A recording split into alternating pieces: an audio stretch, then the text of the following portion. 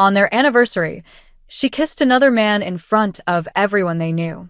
She laughed. He smiled, then vanished. No screaming. No scenes. Just silence. But behind that silence was a storm building. And when it finally arrived, she would never see it coming. The rooftop of the Vesper Lounge glittered under the Chicago skyline, glowing with warm candlelight and chatter. Waiters in black ties moved briskly, trays floating with champagne flutes. The scent of lavender and sea salt steak filled the air, punctuated by laughter and clinking glasses. But Ethan Caldwell wasn't paying attention to any of that. He was watching Claire, his wife of 12 years. Tonight was supposed to be a celebration. 12 years of marriage, growth, struggle, laughter, sacrifice. Claire had insisted on inviting a few work friends, saying, "Let's make it elegant but casual. You know, our style." And Ethan, ever the dependable husband, had gone along with it. Booked the rooftop, paid in advance, organized catering, even hand-wrote notes for every guest. Claire looked flawless in her emerald dress, her brown hair pinned up in a way that made Ethan think of the early years, when she'd laugh into his neck and steal his fries. She had that same sparkle. But something was off. It started small. A subtle lean, a prolonged laugh, the way her eyes sparkled, just not in his direction. Ethan's gaze sharpened as she brushed past him and headed straight toward the bar where 3 sharply dressed men stood. One of them, a man Ethan didn't recognize, grinned too wide. Claire's hand lingered on his arm as she whispered something into his ear. He roared with laughter. She sipped her wine, smiling like a teenager chasing danger. Ethan tried to focus on the speeches. Tried to enjoy the way his friends toasted to loyalty, resilience, and real love. But his eyes kept drifting back. 2 drinks. 3. Claire's hand was now on the man's chest. Then it happened. She kissed him. Not a friendly air kiss. Not a tipsy peck. A slow, deliberate, lip-locked kiss. Public. Open. Like Ethan didn't exist. For 5 solid seconds, no one moved. Then chairs scraped. Someone dropped a fork. Ethan's colleague choked on champagne. The band stopped mid-song. A woman somewhere gasped, "Oh my God." Claire pulled back and laughed. "Ethan, don't make that face. It's just a little fun. You've become so rigid." Ethan didn't speak. His entire body buzzed, not with anger, but with something far colder. Clarity. Stillness. Precision. He turned to the silent crowd. "Thank you all for coming," he said evenly. "Looks like Claire has decided to redefine marriage tonight. I'll leave you all to enjoy the new version." Then he walked. No yelling. No accusations. No chasing. As he exited the rooftop, Claire's voice rang behind him, sharp and mocking. "Ethan, don't be so sensitive. It's not like I slept with him yet." He didn't stop walking. Didn't look back. Because in that moment, Ethan knew this was no longer his marriage to salvage. It was her betrayal to drown in, and his revenge to build. Ethan didn't go home that night. He didn't even take his usual route through the city. Instead, he drove for hours, past dim gas stations and quiet suburbs, until he found a corporate-styled extended stay off a frontage road in Evanston. He used the alias Caleb Ford. No ID cross-check, just cash and a steel-cold stare that made the receptionist say, "Welcome, Mr. Ford," without a question. Once inside, he didn't cry, didn't scream, just stood still. Then, methodically, he opened his laptop and connected to his private cloud, a place where he had stored copies of every financial document, every title, and every contract signed over the last 12 years. Claire had always called him too meticulous. She used to joke, "Ethan, who organizes utility bills in labeled folders. Relax. Live a little." But tonight, his discipline was no longer a quirk. It was his weapon. By 3 a.m., he had frozen the shared credit accounts and moved half their liquid assets into an irrevocable trust, structured under the prenup Claire had skimmed and signed with a laugh 12 years ago.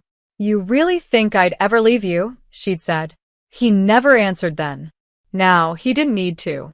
The next morning, Ethan contacted 2 lawyers. One specialized in divorce and asset division. The other, corporate and estate protection. Within hours, the paperwork was in motion. Their home in Winnetka, which she had filled with designer pillows and imported candles, was deeded solely to Ethan, purchased 2 years before their wedding. Claire never bothered with legal paperwork. Too dull, too his thing. While she probably sipped lattes and bragged about her wild rooftop statement, Ethan sat in a gray-walled office and signed forms that would leave her stunned. He still hadn't replied to her text. "You're overreacting. We need to talk." That was all she'd sent. He didn't respond. Instead, he hired a private investigator.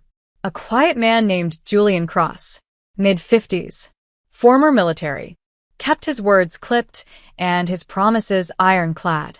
"You want dirt?" Julian asked, straight to the point. Ethan shook his head. "No. I want proof. And I want it airtight. Timestamps, witnesses, documentation. Everything legal. Everything clean." Julian didn't smile. He simply nodded once. "You'll have it in a week." 3 days later, Claire showed up at Ethan's office building. No call. No warning. Just fury. She burst past the receptionist, fire in her heels and panic in her voice. Her lashes were too thick. Her smile forced. "Where the hell have you been? Why are my cards declined? Why is the Range Rover gone from the garage?" Ethan looked up from his desk calmly, like he'd just been disturbed during a crossword puzzle. "I'm setting boundaries," he said coolly, "and preparing your new life." She blinked. You can't be serious." He leaned forward, dead serious. She hesitated, trying to find her footing. Her tone shifted. "Ethan, come on. That night, it was a mistake. I was drunk. I was trying to get a reaction. It didn't mean anything." Ethan's face remained unreadable. "No, Claire. It meant everything. It showed me who you really are when the spotlight is on. You didn't just cheat on me. You mocked me while doing it." Claire laughed nervously. "Oh, come on. You're making it dramatic. I didn't sleep with him." He tilted his head. "Yet." She paled. "I didn't scream that night, Claire," Ethan continued. "Didn't throw a drink or call you names. Because I wanted you to think I was retreating. That I was nursing my wounds like I always do. But I wasn't." He stood now, calm but commanding. "I was planning your future." Her voice cracked.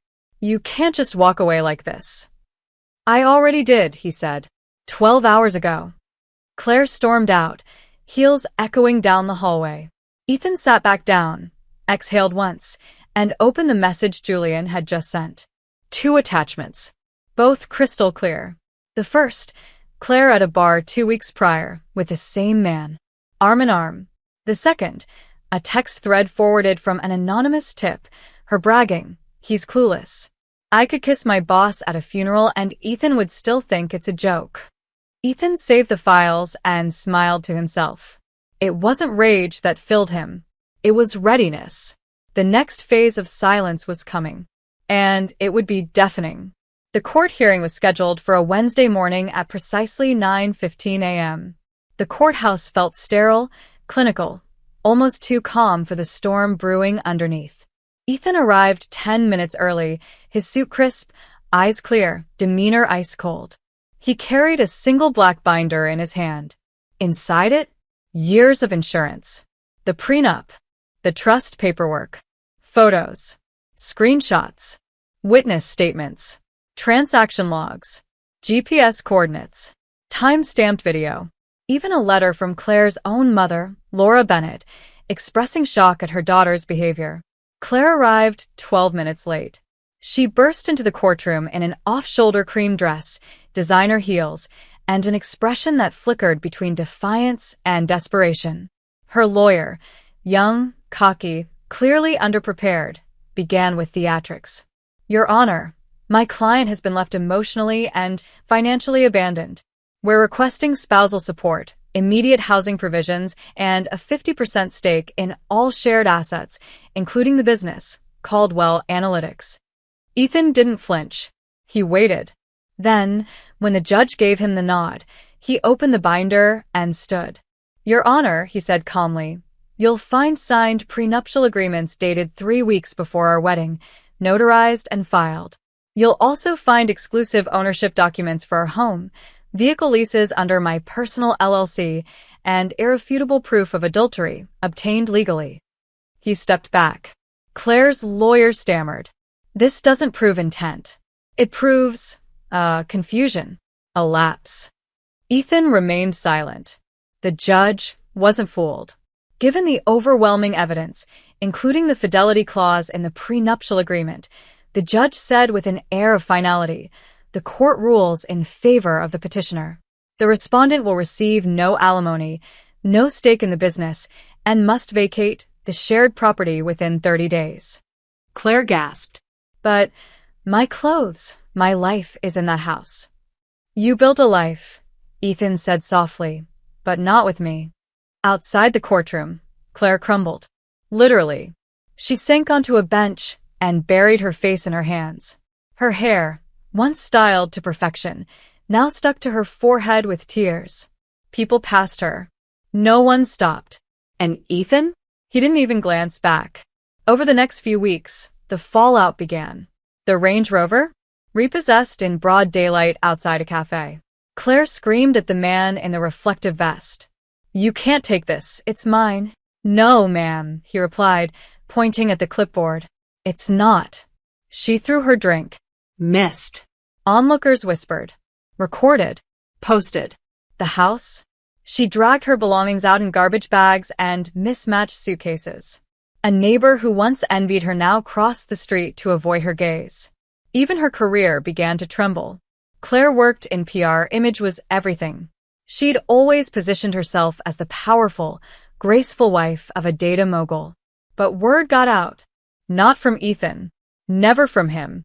He never uttered a word publicly. All he did was send one message.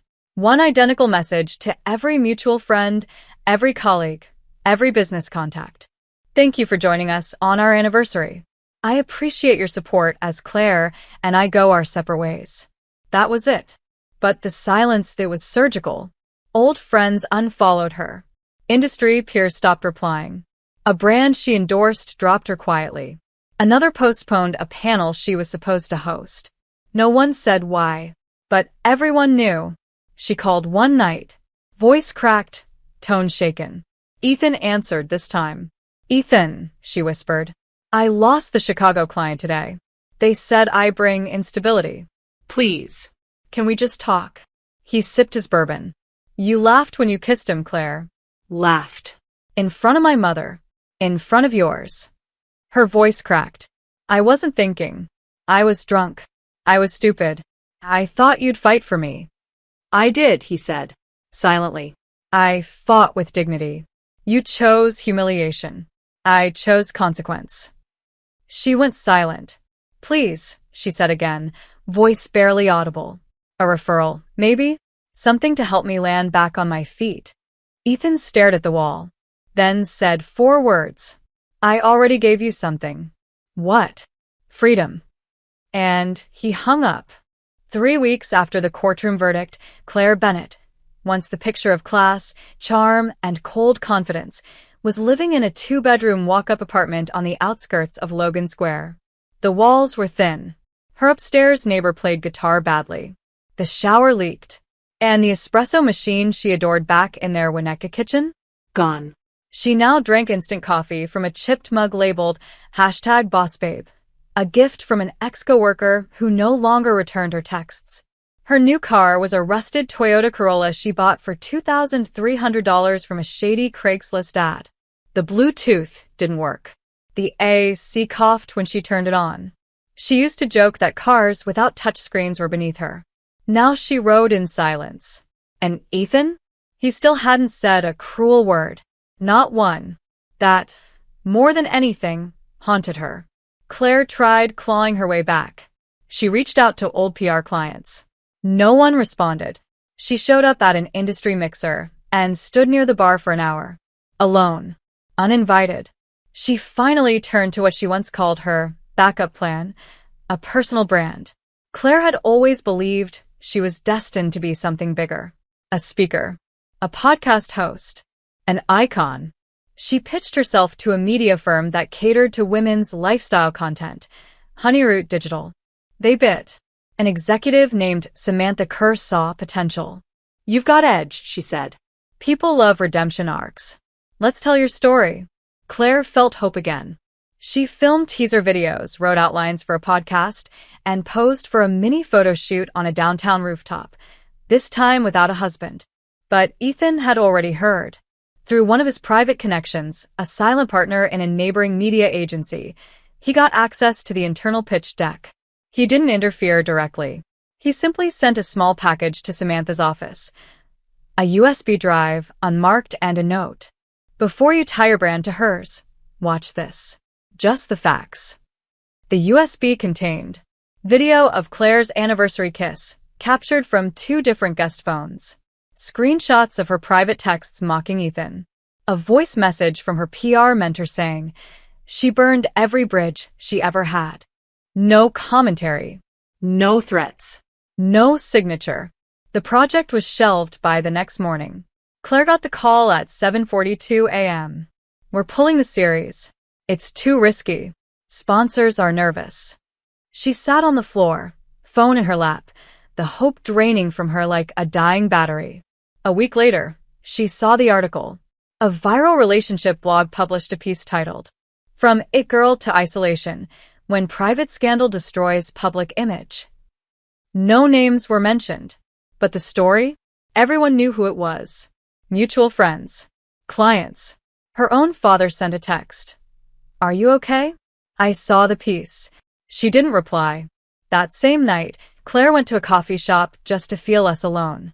She ordered a drip coffee, black, and sat by the window scrolling through her social media feed, which was growing quieter by the hour.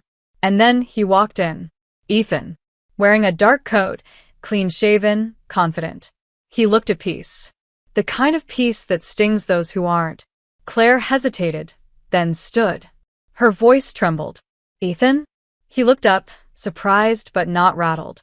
"Claire, I'm not here to beg," she said quickly. I wanted to say I'm sorry. For everything." He studied her. She looked thinner, paler, her nails chipped, her purse fraying at the edge. Not the woman she used to be. "I believe you," Ethan said calmly. "And I truly hope you find something better than the person you were."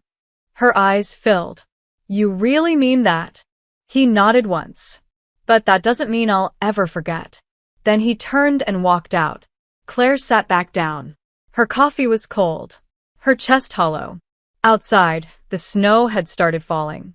She watched Ethan disappear into the Chicago night and realized she had destroyed everything trying to chase a thrill. And in return, she got silence so brutal, it rewrote her future. 3 months had passed since that rooftop betrayal. And Ethan Caldwell? He was thriving. He'd moved to a high-rise apartment downtown, minimalist in design but drenched in peace. No clutter. No fake apologies. No walking on eggshells. Every morning, he brewed his own coffee, walked to the gym, and arrived at the Caldwell Analytics office with a calm that unnerved those who once knew him as the quiet husband. But something still lingered. Not hatred. Not revenge. Finality. Claire's name still popped up, occasionally. Mostly whispered. Like a cautionary tale in business circles. Used to be sharp, people said. Not sure what happened. She kind of disappeared. She hadn't disappeared. She had just faded. Ethan wasn't watching her. But people brought him news without asking. A friend in legal mentioned she'd filed for unemployment. A cousin said she'd moved back to her mother's for a while, citing mental health. A neighbor told him they'd seen her selling clothes online, tagging brands she used to mock. But Ethan didn't gloat. He didn't even react. Then came the email that changed everything. From clarabennetlife@gmail.com. Subject: One last time. Ethan, you don't owe me anything. I know that now. But I need to say this anyway. I wasn't just careless. I was cruel. That night on the rooftop, what I did. It wasn't just a mistake. It was a choice. And I made it because I thought I was untouchable. You didn't punish me. You let me punish myself. I used to be someone. Now, I'm not even sure I'm human anymore. I don't expect forgiveness. But I hope you're free. Claire. Ethan closed the email, sat still, then deleted it. He had already decided weeks ago. He wasn't going to let her ruin one more thing. Not his memories. Not his brand. Because while Claire was struggling to survive, Ethan was finishing something.